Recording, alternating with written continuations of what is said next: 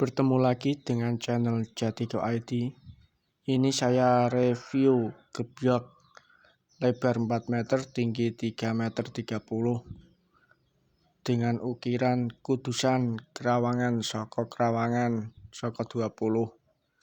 Dan ini bagian pintunya full ukir, bagian isen utuh tanpa sambung.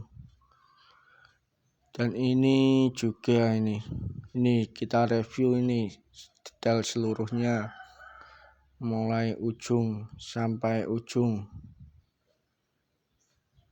Kualitas bahan kayu yang ini digunakan kayu jati lokal, bukan jati Sulawesi.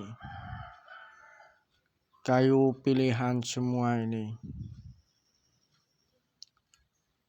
Untuk para penonton yang mau order, silahkan langsung WA saja.